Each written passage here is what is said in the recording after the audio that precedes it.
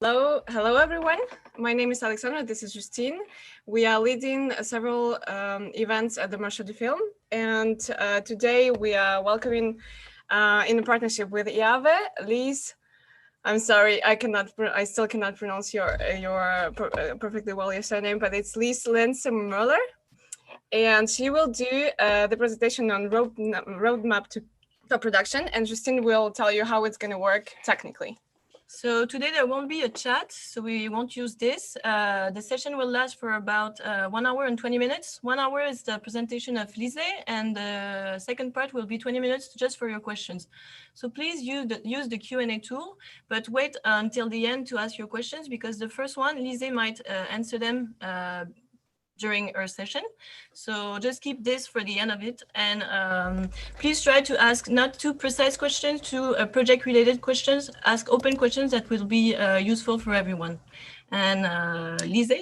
And also you can, you can raise your hand on the participants screen, and then there is a small little hand that you can make up, and then we will communicate via this tiny raising hands that you can be able to raise. It's just because Lisa will have a couple of questions just to know the level of the audience, and so she can adapt her presentation. Thank you.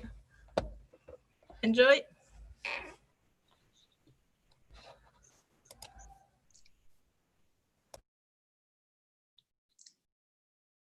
So, can you see me, hear me?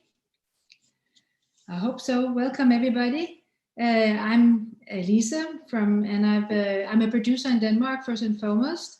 I have produced over 60 films, and very many of them have been co-productions. So this is actually where I come from this talk, that I have done a lot of co-production, so I can share my experience with you. I've also been with EAVE for more than 25 years. First as a group leader and now as head of studies. So apart from my own projects, I have seen a lot of projects through EAVE from a lot of different countries. So I have a quite wide perspective. That doesn't mean I know everything, definitely not. So I'm not pretending to tell you how every little fund or tax incentive work. So if you were hoping from that, that is not what you are going to get, I'm sorry. So what I'm going to try to do in 1 hour, and it's already a lot for just 1 hour, is that I'm going to try to give you an overview of some of the most important aspects of co-production and how to approach co-production, and start strategizing about what you want to do and how you want to do it. So the thing, my theory, if you want, about behind this is that I think there are 3 levels of knowing. There's knowing that you know something, and then there is knowing that you don't know something. But there's unfortunately also not knowing that you don't know. And this is, of course, the dangerous category, because that's where you make most of your mistakes, by not even asking because you didn't know that you should ask. So my goal today is to try and limit that category of not knowing that you don't know, and put more into knowing that you don't know, but you should find out. And in fact, I actually think that this middle category is the most valuable one, because you can also get in trouble if you know that you know, but the rules have actually changed, so you didn't know anymore. So what this is really about is trying to give you an idea about how to approach co-production, what to find out, what kind of homework to do, to know. And this is what I'm going to try to achieve. Since I can't see you, which is really strange for me, I'm used to talking to a lot of people, but I'm not used to talking to myself on a screen for an hour. So I don't know how that'll go. I might need some psychiatric help afterwards. But anyway, we will try it. So, but in order to get a little bit of a sense of who you are and where you are, those of you who are listening, I'd like to do a small poll. So I'm going to ask you to raise your hand according to a few questions that I'm going to ask you now. So the first question is, all of you who are producers, would you please raise your hand so I get a sense how many producers are listening?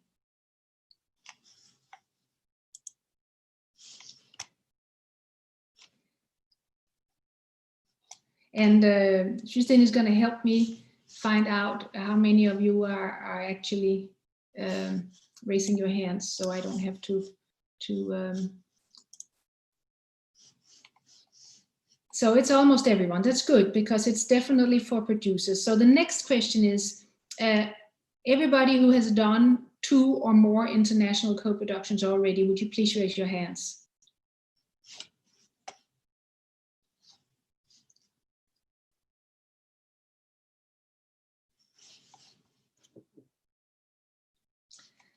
And that's almost everyone as well. Okay, that's good to know.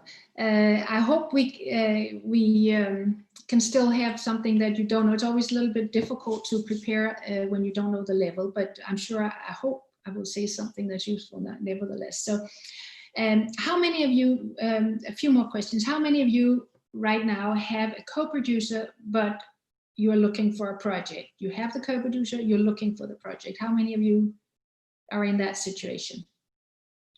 Please raise your hand.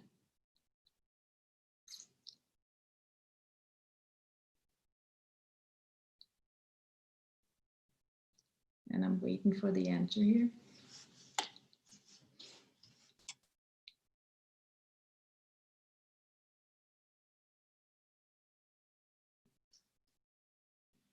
And then I would like to ask the question, a question the other way around. So how many of you have a project right now looking for a co-producer?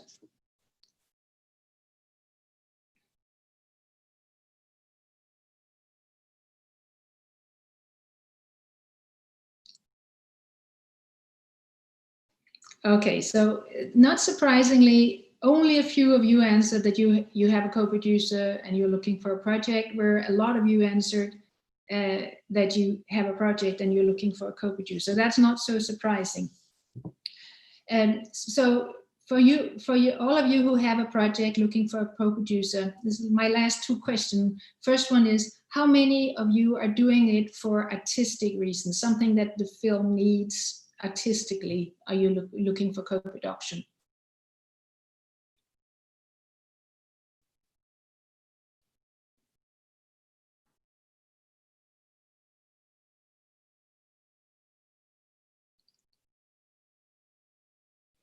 Okay, so that's half. And how many of you would say that the primary reason is money? That's my last question.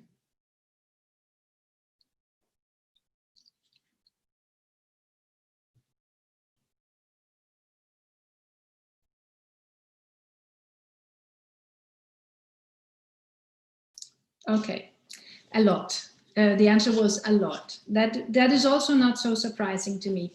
So I will just go on now. I have a PowerPoint that I'm gonna show on and off some slides.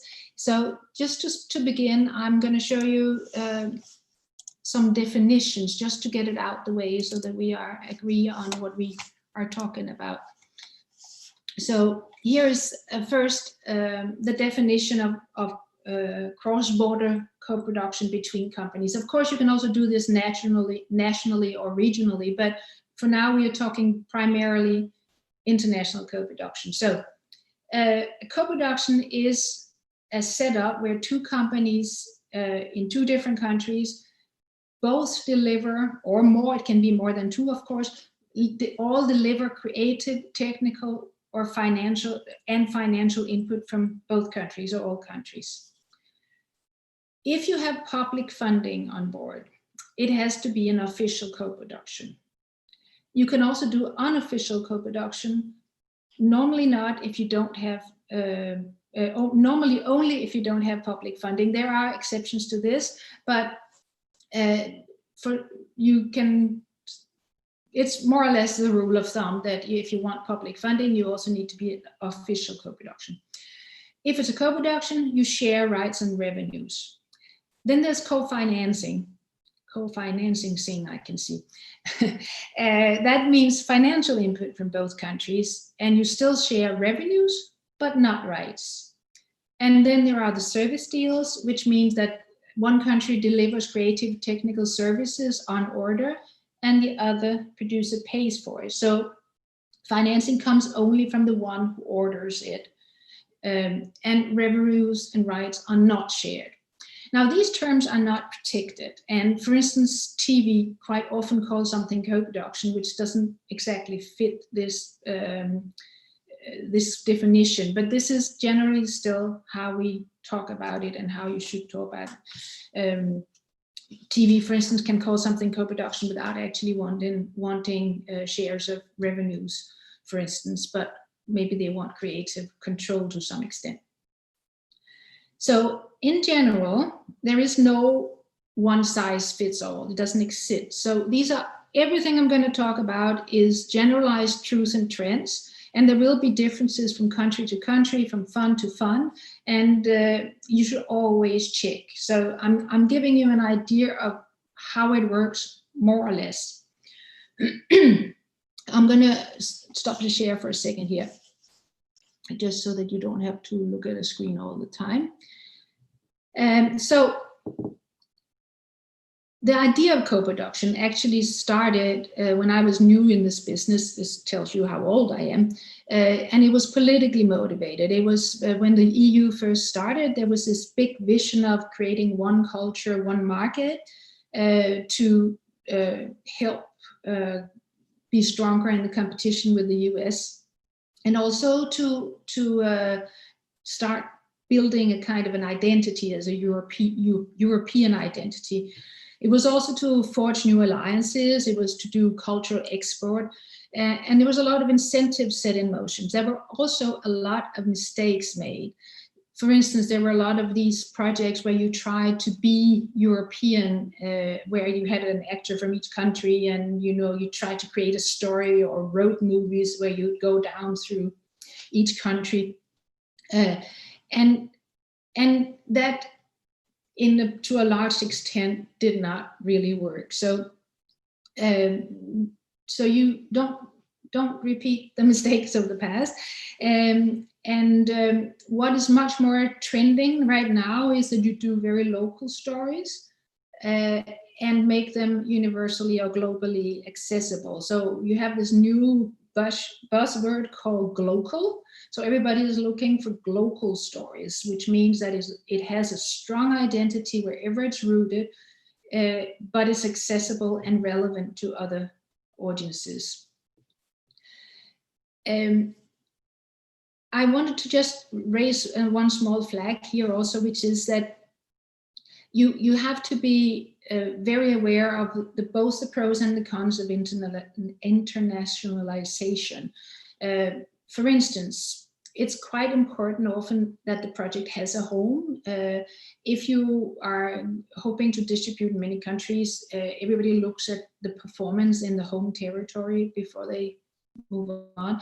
And if there is no home territory, it might be very hard to have that, have those convincing distribution numbers. Also, for instance, a lot of people have been tempted to make films English language to have a bigger, wider international audience.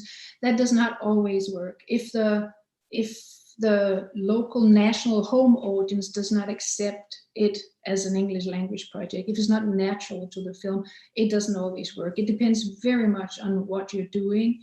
If it's an art house film, it's harder than if it's a genre, I would say. But still, both languages and dubbing traditions are very important for those choices. So don't just go and think that if I do it English language, it's going to go everywhere. That is not the case. Let's move on. So now, through among UMRs and the Council of Europe, we now have European co-production conventions. And I'm going to show you, I'm going to go back to sharing. So I'm going to show you real quick. Well, not so quick as I thought, but anyway.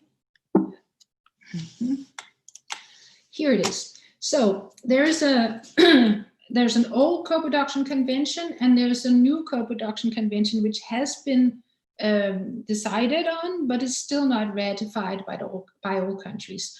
This means that it can, if you are from a country that hasn't ratified it, or if you want to co-produce with a country that hasn't ratified a new one, you're still working under the old rules. So this is why I have a blue and a red. Blue is old, red is new.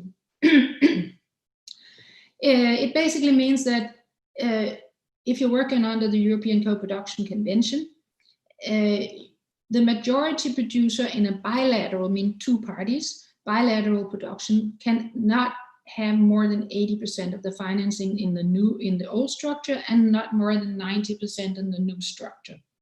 The minority producer cannot have less than 20 or less than 10.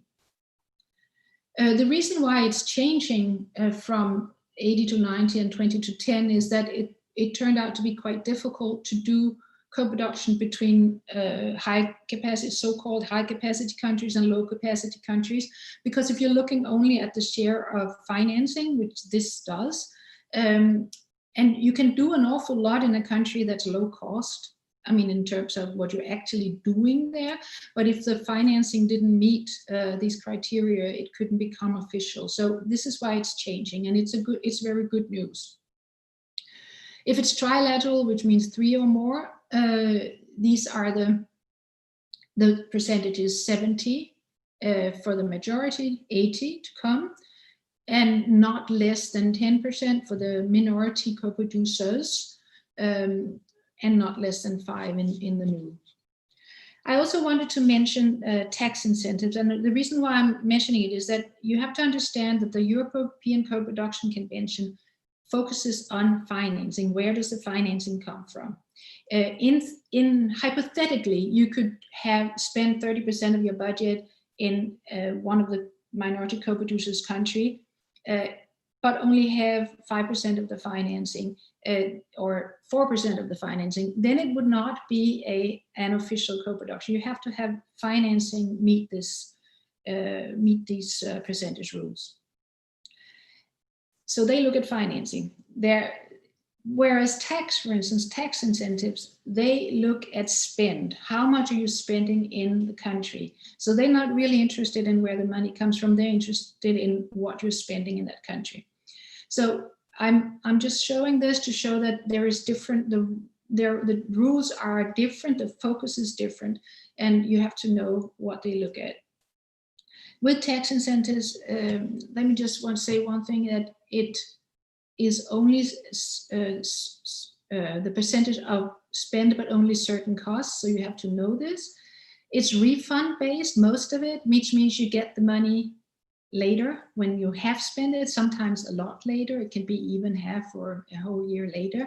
And this means that you have cash flow consequences. If it's part of your financing, but you're not getting the money until it's spent, you have to make sure you have a strategy for that. Okay, this was the most dry stuff, I would say. So let's go back to talking a little more. So I was thinking, if you had been, now there was very few who said this was the case, but if you had been in the position that you had a co-producer, you really want to work with this person, and you were looking for something that you could co-produce, could do together. I'm guessing that you would probably be looking for a project that maybe had story elements in both countries, maybe needed to shoot in both countries, or you needed facilities or archives. If it was a documentary, something where it was natural to use crews and talent from both countries. I think this is what you would be looking for. And then, of course, you would have to look for something that's always more or less true. The more ambitious the financing plan and the vision for the project, the more true this is, that the project has to stand out, it has to be timely, and it has to be relevant to audiences in both countries. These are sort of the basic rules. If you don't have that, you probably don't have a co-production. And not all of what I mentioned is, of course, required, especially if you have a co-production with 5 parties or 6 parties, which I have quite often had. Of course, you do not have all of these points in all countries. It's simply not possible. It would be messy. But if you have none of the above, maybe you don't have a co-production.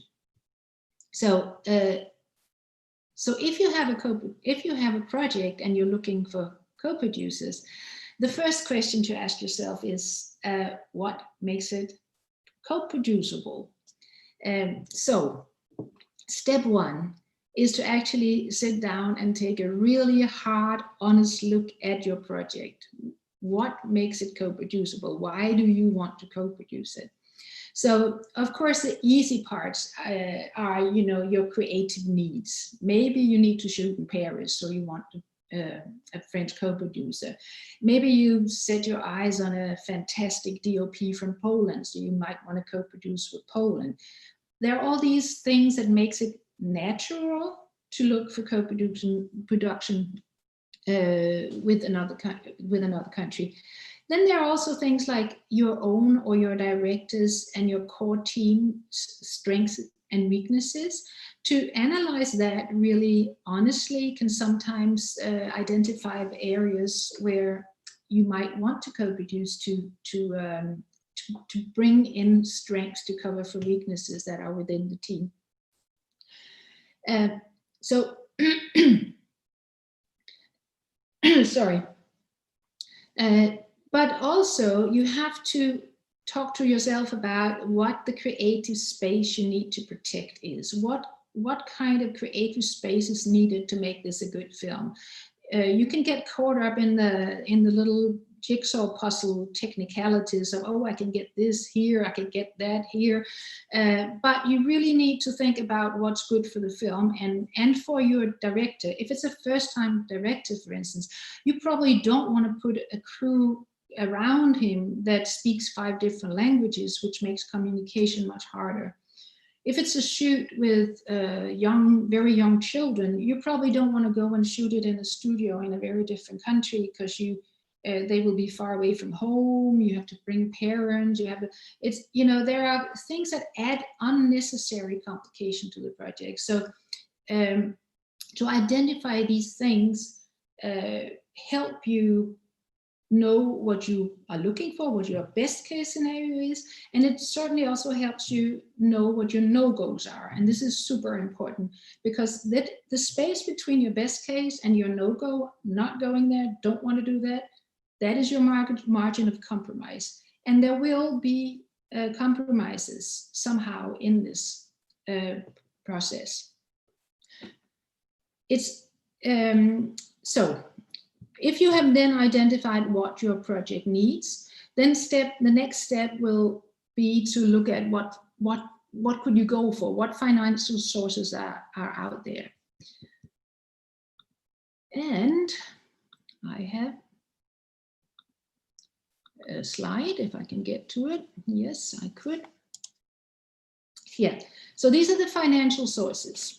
I have just listed the most, it's not necessarily exhaustive, but I think it's more or less exhaustive. So you have the public funding, and this is any type of subsidy, soft loan, grants, and it can be both national, it can be regional, and it can be pan-national. There are the tax credits, tax incentives, which are kind of automatic. They don't care about scripts, they don't care about a lot of things except the spend. Then there's market money, which is typically TV, pre-sales or co-production, platforms. It can be sales and distribution, minimum guarantees, all of those things.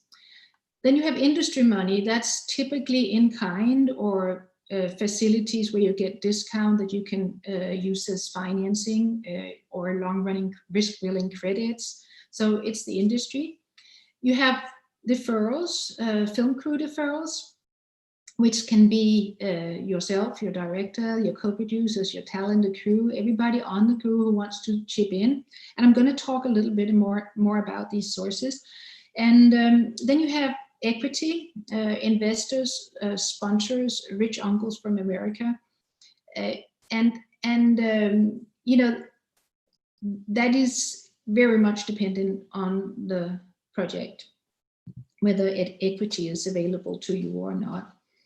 And last but not least, you have content-specific sources. It can be if you are doing a film on child abuse, for instance, there's a lot of extra sources that can come on board, or the environment. You can find money that's related to the subject rather than a film project. And this is also true for crowdfunding, for instance. You have to have a cause to sell most of the time to get crowdfunding and other interest groups. But so all this money is out there. So the next question becomes how to get to it. And if you walk up to a person in the street and say, "Give me your money," if they are very polite, they might say, "Why?"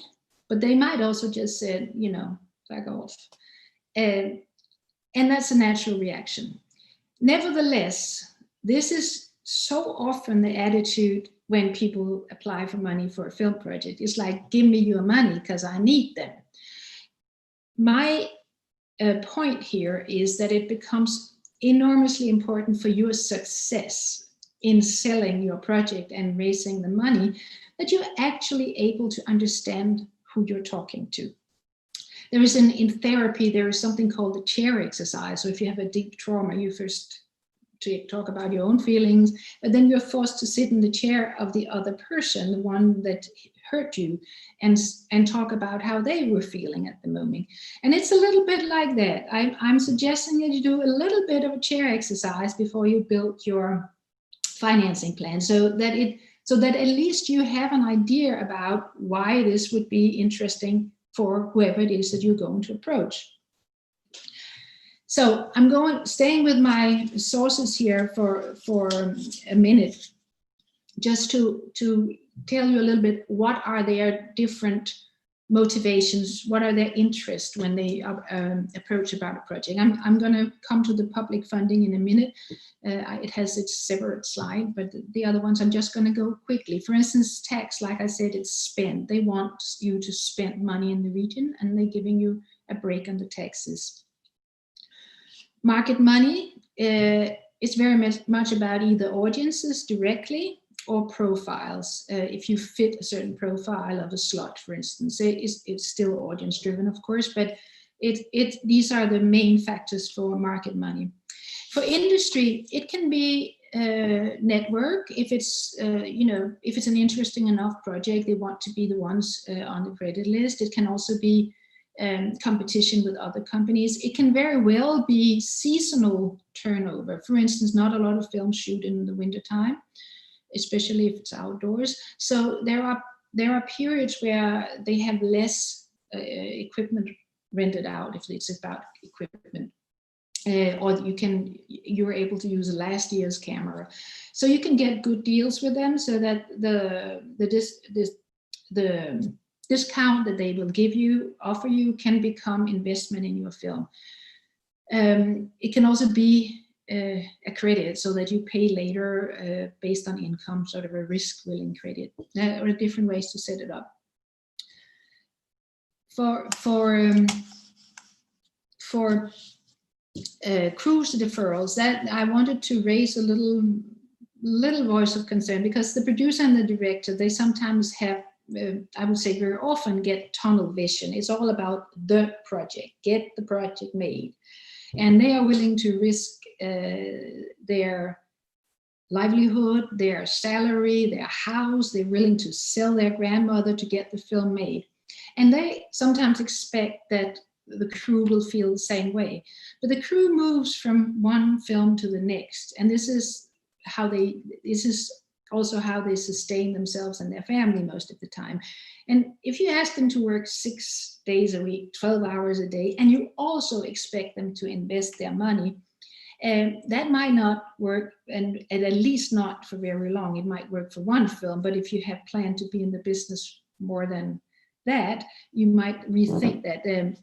Because, I mean, crew members, they run out of grandmothers real quick. So, but you can have other things. You can sometimes negotiate, if you're really short on money, you can sometimes negotiate that, for instance, you can sometimes negotiate that everybody works on the same salary and everybody invests 10 or 15%, something like that. There are lots of ways of doing this, but it's up to your imagination and creativity. So equity, that is mainly on the on the most commercial projects. It can also sometimes be for very high income people who want to save on taxes so they can invest, and they're not as interested in making money back or making it a really an investment that pays, but they are able to play around a little with the money that the tax company would otherwise get. So there are things there. It can also be philanthropy, and it can be sometimes rubbing shoulders with famous people. You know, you can get the I'm going to call it the crazy guy now and then that would like to invest some money just to be invited to Cannes, for instance.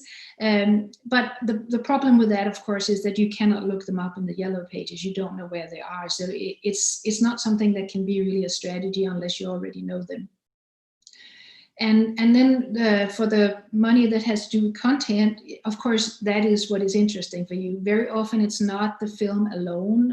It can be additional material, it can be outreach campaign, it's how it's used. It's a lot of things like that makes the difference of whether you get the money or not. So I'm going to move to the next slide. We're still talking about, you know, what are the focus of the people that you want to convince. So very often we look at film funding, film funds as being there for our sake. And that is true.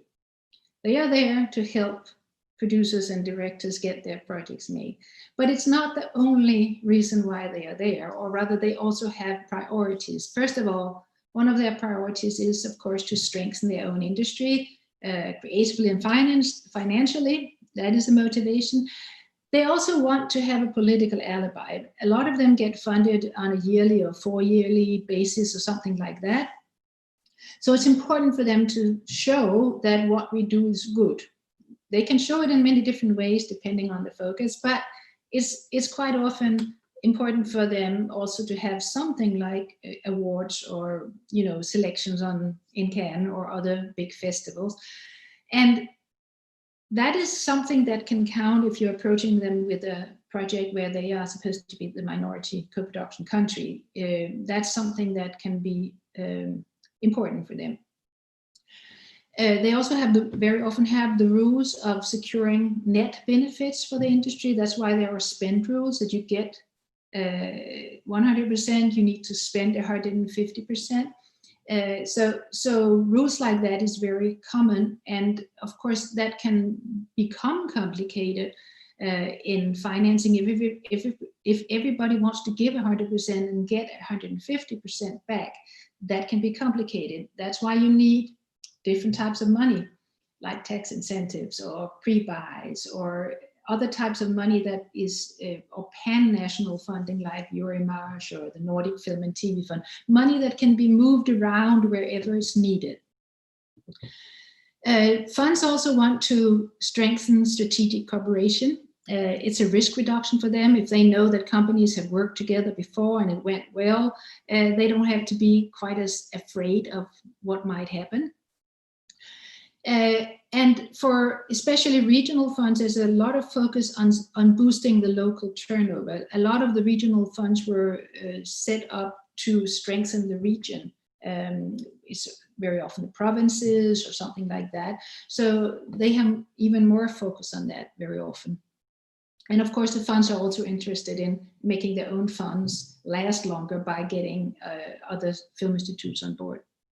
And then there is also the reciprocity. Some countries, this is a rule. In other countries, it's an unwritten rule.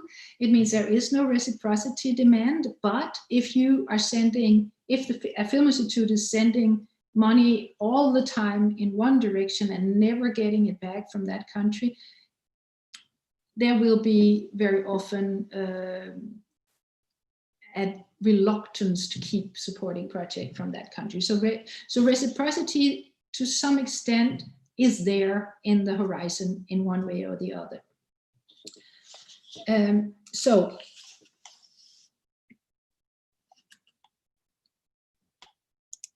when you are, I'm just going to wait for 1 second. I get tired of looking at slides. I'm sure you do too.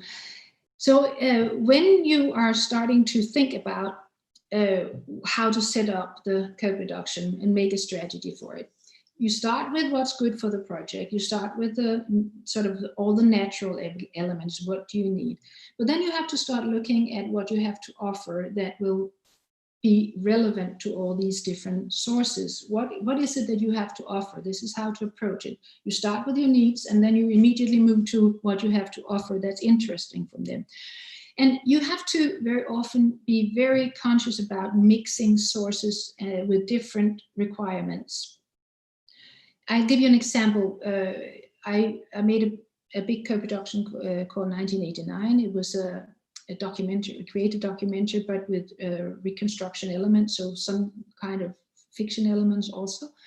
And we were shooting in Hungary and Germany. It was a Danish initiative production, but because Hungary was a low capacity country in the sense of financing, we weren't able, we were doing 90% of the shoot there, but we were not able to raise at all the amount of money that would cover the shoot there, even though it was cheap. We had to mix in different kinds of money that didn't have the same demand. And we ended up only having tax credits in Hungary. We never got the money from the film fund. So we needed to have, first of all, money that was we could use in different without the kind of ties. So we had also we had a German, Hungarian, Danish, Norwegian co-production, but we also had to go to some regional funds where we could place things like we had a composer that was in Norway, but he was actually doing the recording in Hungary because we could get tax credit on that. But he counted as a Norwegian cost because he was Norwegian, and the contract with him was to deliver the entire music. So these are ways where, I mean, it's very complicated sometimes, but you have to do it in a way where it makes sense for the project and where it's doable.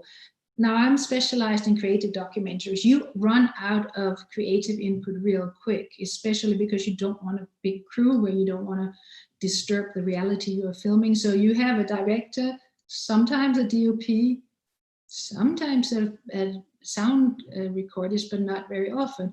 And then you have an editor, composer, sound designer at the end. That's it. So you run out of creative input really fast that you can give away. So you have to be very strategic about, you know, money that needs creative input and money that does not need creative input, money that can be moved around between the countries, all of these things.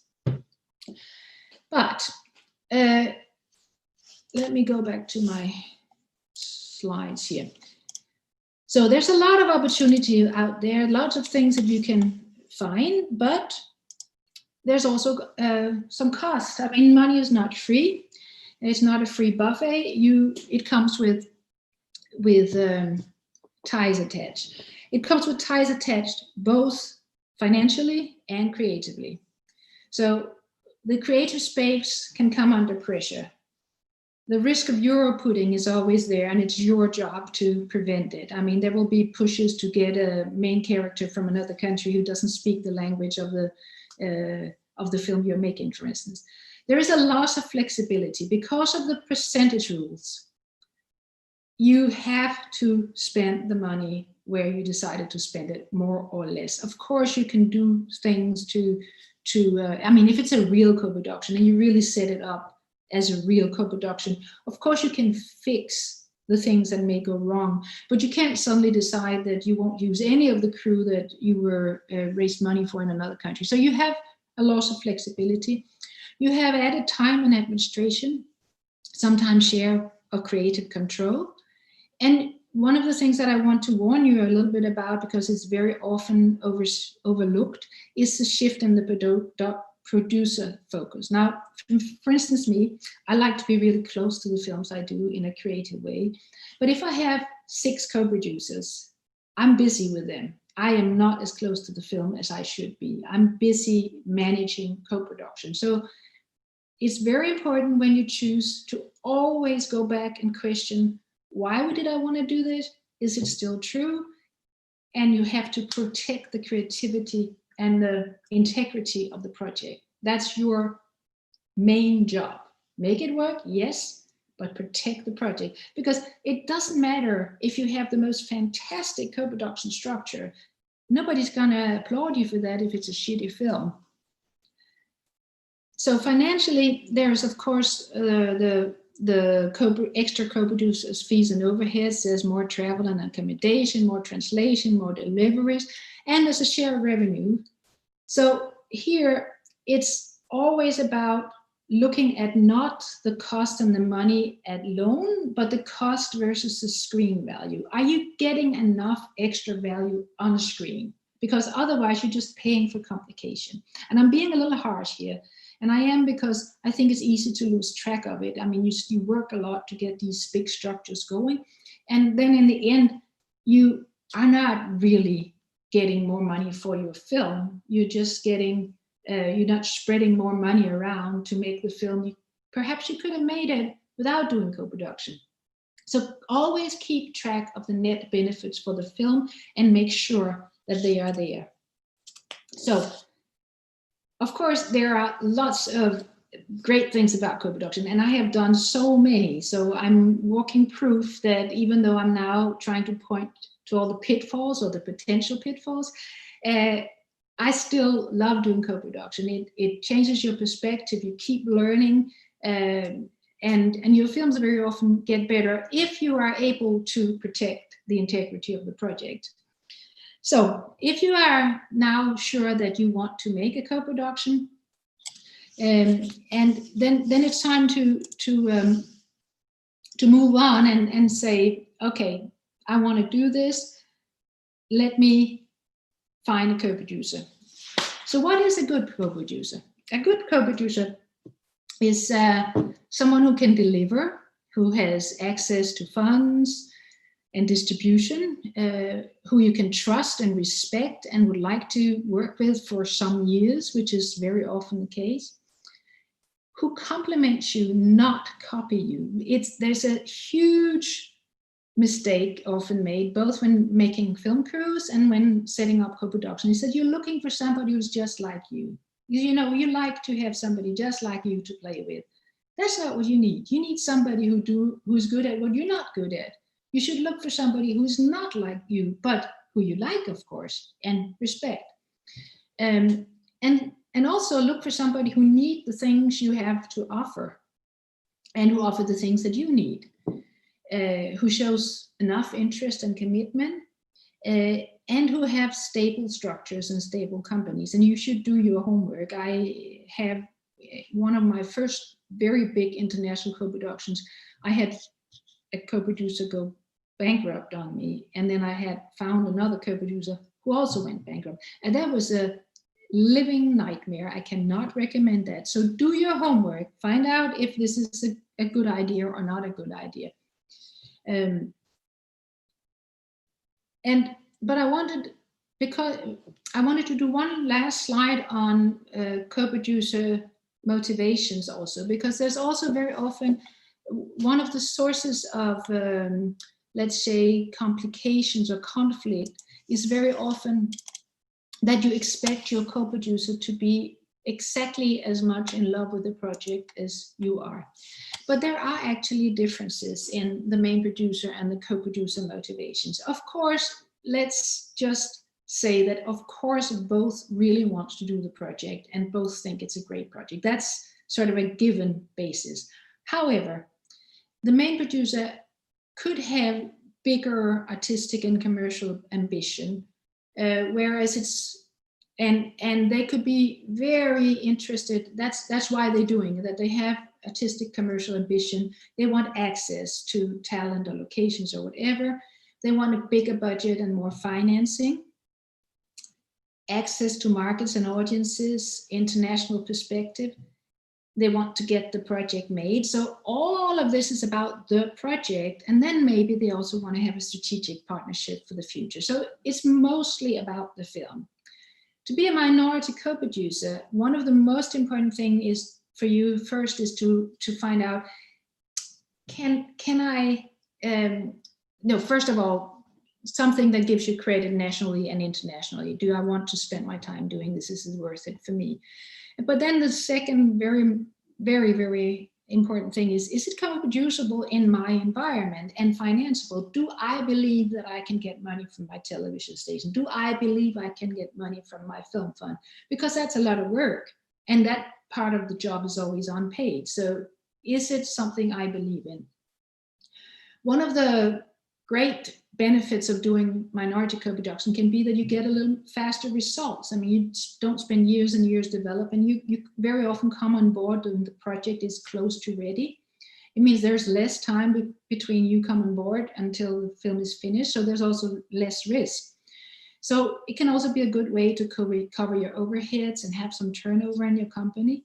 And it can give you a library where hopefully there will be revenue sources, however big or small they are. The revenue sources that trickle in over the years are very great because you don't really work for them and everything else you have to work for in the project economy. So, but if I'm the minority co-producer and something goes wrong on a project, I'm going to try to help solve it. But I'm not going to necessarily ask my entire network to go out on a limb or bend the rules or whatever. I probably need to reserve goodwill for my own disaster, so to speak. And this is a very important something you have to understand, that your co-producer will, of course, commit and help and do a lot of things, but not necessarily risk their standing in their own country. That is too much to ask. So whereas everybody wants to do the film, for the co-producer, the motivation is almost always their own business. And one of the things that quite often happen is that some people specialize in co-production, but there are some people out there who take on board more projects than they can actually co-produce or expect to raise money for in their country. And then they let sort of the funds decide which one they fund, and the others will just have been taken for a ride, which is not necessarily so great. So a conclusion on this, this part here is that, I'm just going to stop the share for a second, is that you go back and look at your project again, not from the point of view, what do I have, what do I need to get, but what do I have to offer?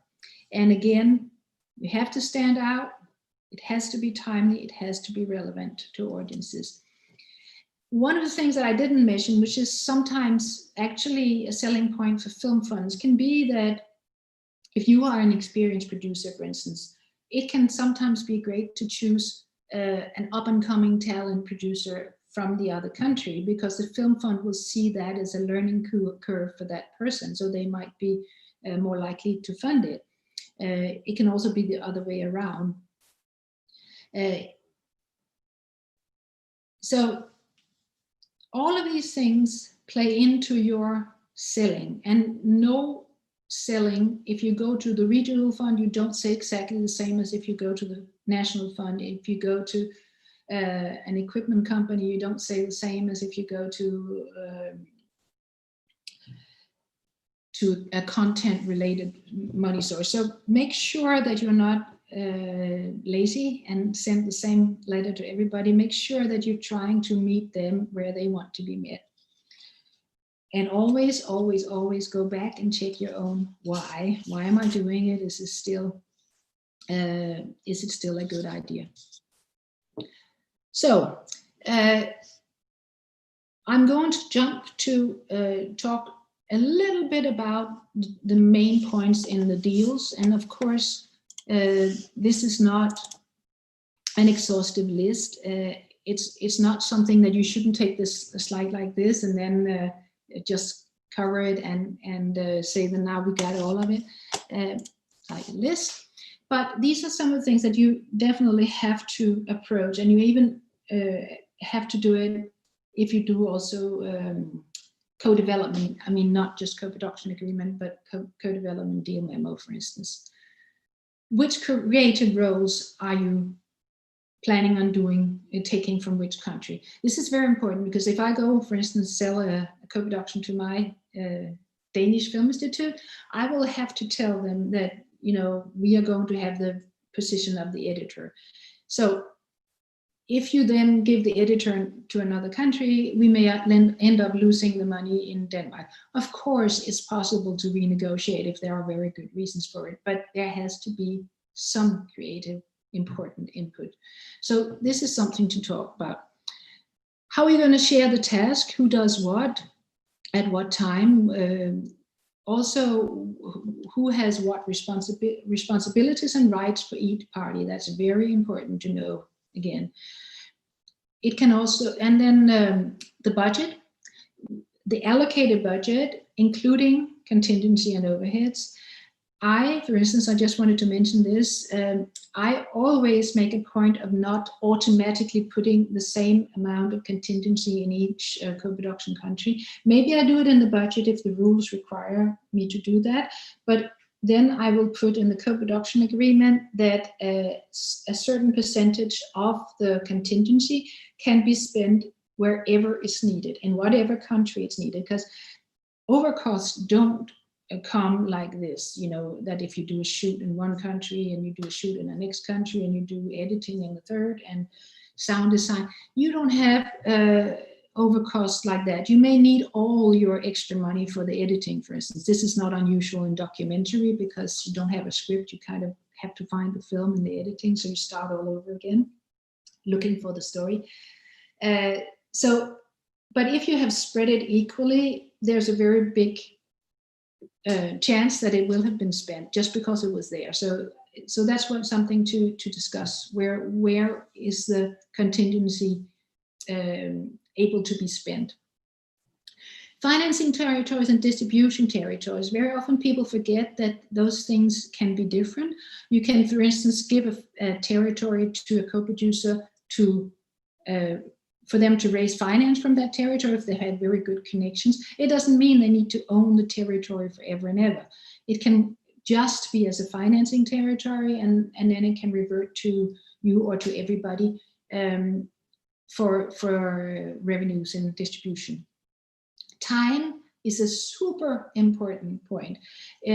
You always give your co-producer a certain amount of time to raise money in their country. And if they do not manage within that time frame, they are no longer the co-producer, or at least you are have the right to renegotiate it. Otherwise, you can be locked. You can have all the rest of the money there forever, but you can't move on because somebody isn't able to raise the financing. So this is very, very important to have scheduled out success and failure time.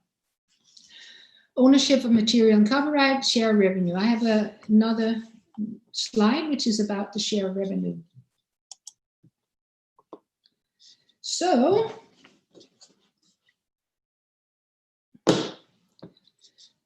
the share of revenue, and here are the negotiation factors. First of all, there are some rules stipulated in the co-production conventions that you have to follow, or you have to discuss. If you don't follow them, they have to be allowed to not follow them. You have to choose, in my point of view, between a relatively important principle, whether you are sharing territories or you're sharing money. I always want to share money if I can get away with it, because my first co-production back in 1988 or something like that, which was all learning by doing, it was a Polish, Danish, French co-production. Before the wall came down, and I was so stupid that I allowed them to share the territory. So as Poland had all of Poland and the whole Eastern Bloc. France had France and all French-speaking territories, and I had all the Nordic countries, which was 5 countries. But if you start counting inhabitants, I mean, this was a completely ridiculous division for me. I mean, everybody had 5 times as many potential audiences as I did. And of course, there's more interest for Polish film in Poland than in Finland, more or less. So it can be more just for everybody to share territories. Sometimes you have to give a producer their own territory and you can share the rest of the world. That's also quite normal. But I personally prefer to share the revenue so that everybody is in the same situation. If the film hits big in one country and flops totally in the other, you still made it together. Why not share the benefits? and the herd. You have to look at value of exclusive territories. If you have exclusive territories, in the example from before, there's both the per capita, but there's also the where is it likely that the film will be seen more. In some countries, a film will automatically be art house if it's foreign language, for instance. So it can be like a mainstream box office hit in one country, and it can be very small in another. So this is also something to look at. Then there's the value of money. This is one of the more difficult things to discuss. But in general, you can say that cool cash is worth more than soft money. So that it should be, if somebody actively puts money on the table, that's sometimes recoupable before the more soft money. There's also the value of the input, and this is where it starts to become complicated. But I'm going to use, just to, as an example, I use the film from before where you had Denmark, Norway, Finland, no, Denmark, Norway, Germany, and Hungary. So Hungary is a low-cost country. We did 90% of the shoot in Hungary. It was period film, so it was big setup, but it didn't cost much more than the sound design, post-sound design and composer from Norway, because Norway is a high-cost country. It would be, in my opinion, unreasonable if Hungary were to have much less ownership share than others, simply because they delivered much more work, so to speak. So these types of things is something to be discussed, especially if you are the main producer and you come from a low-cost country and you seek co-production with a more expensive country, Germany, France, Denmark, whatever. It would not be reasonable if I paid for editing only and owned 50% of your film because your country is a low-cost country. So you have to look at this and try to find ways of accommodating that so you don't end up feeling cheated. Of course, if you're totally inexperienced, there might be an argument to be had that this is also about learning money. I mean, paying for tuition, so to speak, but that's another thing. So other things that come into it is responsibility, experience, the amount of work, and the good old principle of risk and reward and time. So if you have developed a project over 5 years or 3 years, or sometimes in documentary you have been shooting for 6 or 7 years, and everybody comes on board when you're almost finished, that spend that you've had and the risk you have taken for those 6 or 7 years should somehow be reflected in the revenue plan. I have 2 minutes left, or 3 minutes left, and I'm going to do one more slide. This is the last. And it's about to go a little deeper into some of these things I talked about with high low-cost countries, how to deal with that. First of all, it's possible to have underlying bilateral co-productions. Let's say that you are, if you were Hungary in my example from before, and you couldn't meet the 10% rule that was at that point in place. And this was an actual situation. They couldn't meet it because we didn't get the film fund. We only had the tax credit. And we needed them to get to 10% financing. So if we had been able to do an underlying co-production with another country, so Hungary was co-producing with, let's say, Slovenia, just to say something, it was still, and Slovenia and Hungary together were able to come to the 10%, but Hungary was the official co-producer. That could still work. The other thing that could work, and which we did, which worked on this one, was that we had a strategic allocation of rights and sales deals. For instance, when we didn't get the film fund money from Hungary, we allocated, we had some pre-sales. We had the pre-sale from Finland and Czech Republic, I think. We had a couple of pre-sales from non-co-producing countries. So we allocated the rights to pre-sell the film in those countries to the Hungarian co-producer. So suddenly Hungary owned as a pre-sale financing territory, places where we already had pre-sales. So that money became Hungarian money for the sake of getting to the 10%. You can also work with exclusive and shared territories. For instance, if somebody cannot meet their 10% or need to get balanced off what they are doing in terms of money and work, you can allocate territories to them that they then own. It can also be owned for distribution. You can also work with corridors that somebody get more money at some point and less at another point. Or for instance, if you have had very long development with a high cost, sometimes you can negotiate that for the first let's say 200,000 euro income revenue, you are allowed to get a higher percentage, and then you go down later on to make up for that. All of this is negotiable. And I'm just putting it out there so that you understand that you can do much more than just read the European Co-Production Convention and follow all the rules. You can make up for things that are obviously common sense wrong.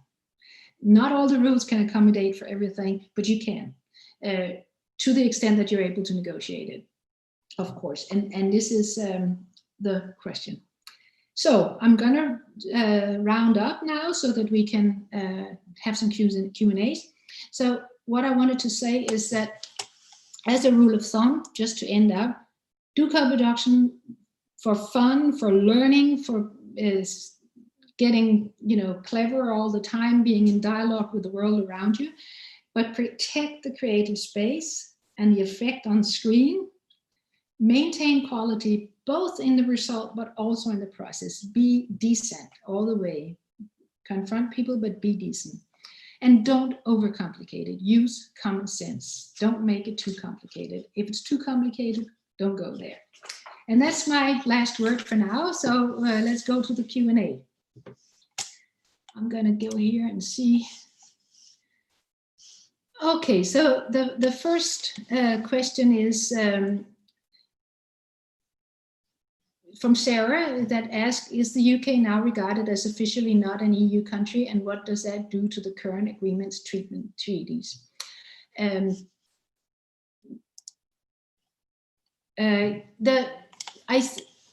is a lot. I am not completely updated on this. I know there's a lot of activity going to try to make it much more. Actually, the UK has not been part of Euromarsh, and they have not been co-producing as much as with continental Europe as a lot of other countries.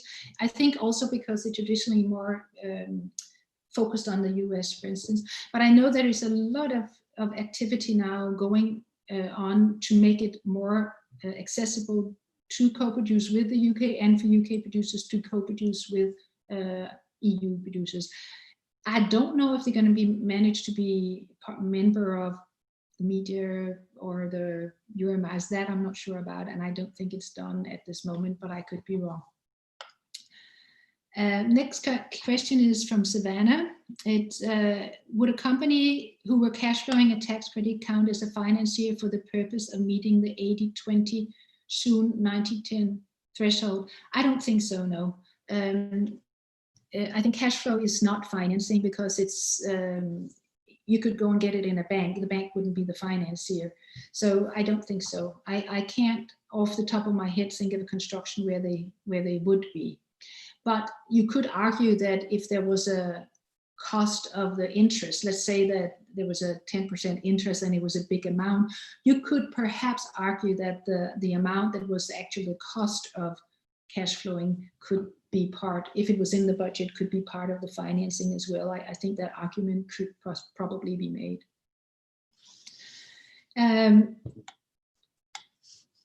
I hope you could hear that because I forgot to click the answer live button, but I hope you could hear that. Anyway, next is an anonymous. Could you also talk about in-kind co-production? It happens a lot in Colombia where, for instance, a post-production company enters as a co-producer and share revenue. Yes, this is very normal. In-kind, what you do whenever there's an in-kind contribution or a deferral, the most important thing to remember is to make a real budget. Do not mix cost and financing. So you make a budget where you actually have the cost that it would cost what it would cost you to go and rent the camera, for instance, or rent the post-production facilities, the real budget. And then what you pay for that, the difference between what you pay for that and the value you get would be the financing from that company giving you the service. It has to be market value, otherwise the Film Institute will never accept it and should not accept it. But you give the company who gives you the in-kind service, you give them a financing. They are a financer of the value of work they deliver that they didn't get paid for. I hope that's clear. I hope it made clear. Next question, what's the best way to do your homework on a potential co-producer? Obviously, if they are in a different country, how does one find out if they are financially stable, etc.? Yes, I mean, first of all, ask around. You can even ask the film institutes. They are not allowed to recommend things to you, but they can ask specific, answer specific questions. It's the best idea. I'm sure there are probably also more business-like. I mean, business, at least in Denmark, you can find out about businesses online. There are like a trade register where you can find information. And I would assume that that is in many countries. I don't know for each and every country, but for sure that question can be asked and found out. Where do you look for it? It's normally accessible.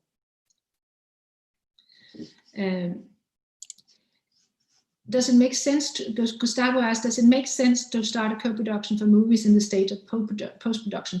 It can make sense if you need it. It can make sense. It can even make sense for the co-producer because they jump on board very late. However, you can, in a lot of countries, they don't support something that has had start of principal photography. So you have to be very careful who you target.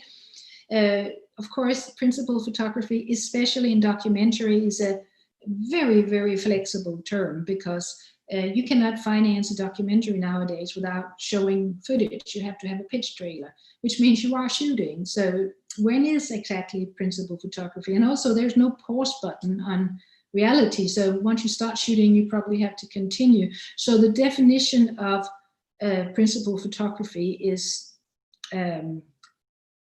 difficult. And I said, the way I'd go about it is I always say that when we are officially in production, when we greenlight a production, because we shoot a lot during development, and our Film Institute even allow for that and provide money for that sometimes. So for me, principal photography is start of the real production, greenlight of production. So there's a lot of funds you cannot access if you're already in post-production, but there are also funds that you can access. So you have to just be careful. And if it makes sense for the production, why not? So Savannah asked, what are the benefits of an official co-production over a more informal partnership? I mean, there are quite a lot of benefits. One of them, of course, is that there is a set of rules that you can apply. It's not all fluid. It can be promoted by more than one country, for instance, at big festivals. There are some funds that only actually, I mean, quite a lot of public funds will not fund you unless it's official. And you cannot get, for instance, Euromage unless it's official or a media program. So it's more like that. I mean, informal, yes, it makes sense if it's easier, cheaper, if it fits the project, all of that. Or if there's a tradition, for instance, in Nordic countries, we do a lot of co-production, which is actually recognized, but it's not, it doesn't have the official stamp like that. Next question from Emiliano. Do you think co-pro is better working with nearby countries geographically or culturally? Yes and no. Depends very much on the project and where you need. I mean, of course, you can have a lot of cultural misunderstandings. On my first big co-production, the one Poland, France, Denmark, we had huge misunderstandings because of all the things we didn't know that we didn't know. For instance, I didn't know that when the core Polish team came to Denmark to shoot, with the DOP and the director and the costume designer and so forth. None of them, I mean, the DOP didn't want to touch the camera. I had never worked like that. Here, the DOP handles the camera. So for me, that was completely new. I had never, in Poland at that time, a crew was like 100 people. So there was a lot of cultural misunderstandings. But I mean, there's also a lot of benefit, especially if you want to get, let's say you are from the Balkans and you're very sure that your film should be distributed in Germany, for instance. It probably helps you to have a German co-producer so that he can be sort of the voice of the audience. Do I understand what you're saying? And learn something new. I mean, I've done more Polish co-productions later and made fewer mistakes. You know, you learn as you go. But also, I would say that sometimes if you are going, for instance, for EAVE money, just as an example, it is much more interesting for them to have a project which is not usual suspect. If I apply to EAVE with a Danish, Norwegian, Swedish co-production, it's going to be, oh, we've seen so many of those. If I apply with a Danish, Hungarian, German, Norwegian co-production, that's an unusual mix. So it might be saying, aha, what's this? Let's look. I mean, of course you don't know that, but that is my assumption, that if it's not the usual suspect, or if a country hasn't had a lot of co-productions go through, that if you have a co-producer from there, maybe they will look at it more favorably. It's possible.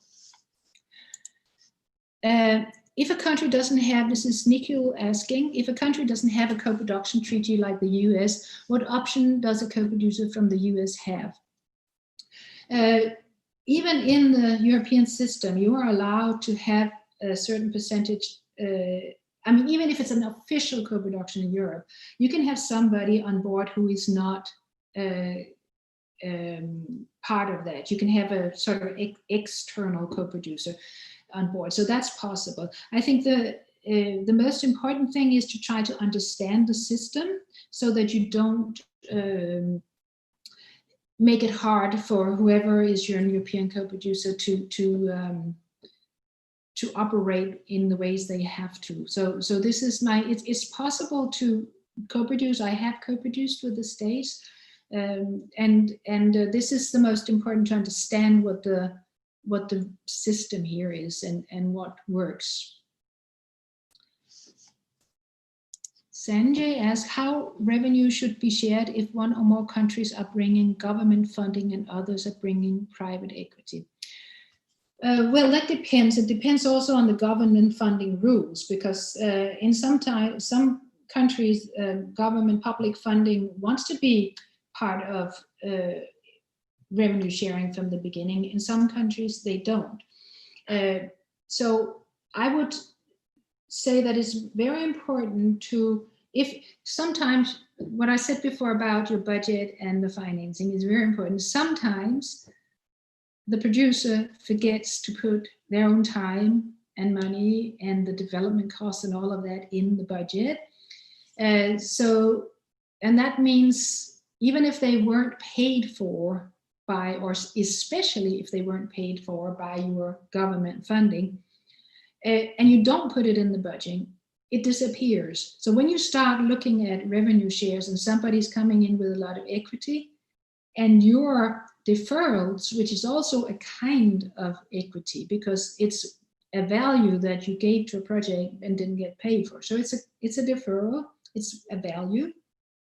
If it's not in the budget, it's not going to be in the revenue plan either. So it's very important to budget fairly, clearly, transparently, and real. It has to be the real budget. What were the actual costs of making this film? Even if it wasn't paid out, what was the cost of making this film? And then you will probably negotiate that the private equity, including or not, depending on your negotiation power, potential deferrals will come first, or at least will have some kind of priority towards the soft money. That's the normal. But I mean, there's normal and there's all the rest. There's a lot of other negotiations out there that happens. So Ivano asked, what about equity crowdfunding, where individuals become shareholders, hence co-producers? Do you see it as a new trend in the future? I mean, it's hardly new anymore, to be honest. There's been crowdfunding around for a while. I think crowdfunding is possible, but mainly for projects with a very clear agenda. Something that people can, either the project has a very clear agenda, or let's say that the filmmakers are in a situation where their voices are being suppressed somehow, and the filmmakers' right to speak out or to make their film can be the cause of the crowd that makes them funded. But I think that there is crowdfunding money can be valuable. It's normally not a lot of money unless you have a very strong platform where you can put it like on an already existing popular website, for instance, with the course. If you're starting from scratch, it is not necessarily so successful. I think that crowdfunding, where it's really valuable, is in building audiences. It's very much a marketing tool for later also, because if you're able to involve people early on, they also more likely to be loyal to you when the film is actually finished. So whether it's trend in the future or not, I don't know, because it's also a lot of work. So I think very often, a lot of film companies are overworked and underfinanced. So it's also a question of where do you put your energy? Do you put it in making a crowdfunding campaign, or do you put it in something that's closer to the film? So that's the question. Yes, George or Jorge, I'd like to know if I can start a co-production strategy with just the script, or if I shoot a proof of concept, can I make a better approach? Sure. I mean, the truth is that unless your script is super fantastic, unusual, innovative, that is probably better to have more selling points. Also, a lot of people, even in the business, are not that great at reading scripts, I have to say. That it is a skill that some people have and some people don't have. So if you can help their imagination with some pictures or mood boards, or something that put pictures in their head, because also script, paper, letters is so different a medium from film. So if you can help that translation, if you can put a certain set of glasses on the reader so that they read they have a certain mindset when they read, that's better. So the more you have, the better your precision, I would say. But of course, if you want to approach another country, it could also be important for you to understand what that country would appreciate. So if you can have somebody advise you early on, that's probably better. Next question. I've heard that a US company can enter co-production in the EU by going through a Canadian co-producer. Is there another route you recommend or have experienced? I mean, I have co-produced with the States, and it's not impossible at all. If you want to be an official co-production, yes, Canada now has a treaty and is also a member of UMR, so that would be a way to go about it. If you can fix it so that you are co-producing with Canada somehow, I don't know how that would work, but yes, that is a way. It can also be done. It depends on how big a share of the co-production would be American, whether you can go directly or would have to go through Canada. So it's project specific, I would say. Estefania is asking, does the money of executive producer can be at both parts as co-producers? Does the money of executive producer? I'm not sure I understand the project, but if I understand the project, you're asking me if the main producer's money can be spent in the co-production country. Yes, it can, if your funds allow it. It cannot count in both. If you have an executive producer who's not like a national co-producer or anything, but an executive producer giving money, I would assume you're free to place them wherever you need to place them. That's my assumption, but I'm not sure I understood the question. I'm sorry if I didn't. So this is probably the last question. It's from Tyler. For first-time co-producers like myself, should a lawyer be brought in to negotiate deals, or are there negotiations who can counsel per project? Is an accountant a better idea? I think I would say if you're a first-time producer, I would do both. It is hugely complicated, can be hugely complicated. It's so easy to make mistakes, even though, you know, contracts are for when things go wrong. And a lot of the time it's good enough to talk to each other. But having made the contract very often discloses a lot of the things that you didn't know you didn't know, or didn't know you had to talk about. And to set it out and you know, really set it out as a professional relationship is a good idea. And if you have more than one co-producer, for sure an accountant is a very good idea, because there are also tax things. It's not the same regulation. In some countries there are taxes and VAT involved. Some countries there's not. So yes, I would really advise that. And it is not unusual to be able to make deals where they give you a good price for a project if you're new, and maybe you promise to take the next person to them too, or something like that, or even defer something for when the project can meet. I'm really sorry. I can see that there are a lot more questions here, but the time is up. So I thank you all for listening, and I hope that that you found it useful, and that there are a little bit fewer didn't know questions. So thank you so much, and good luck with your co-productions.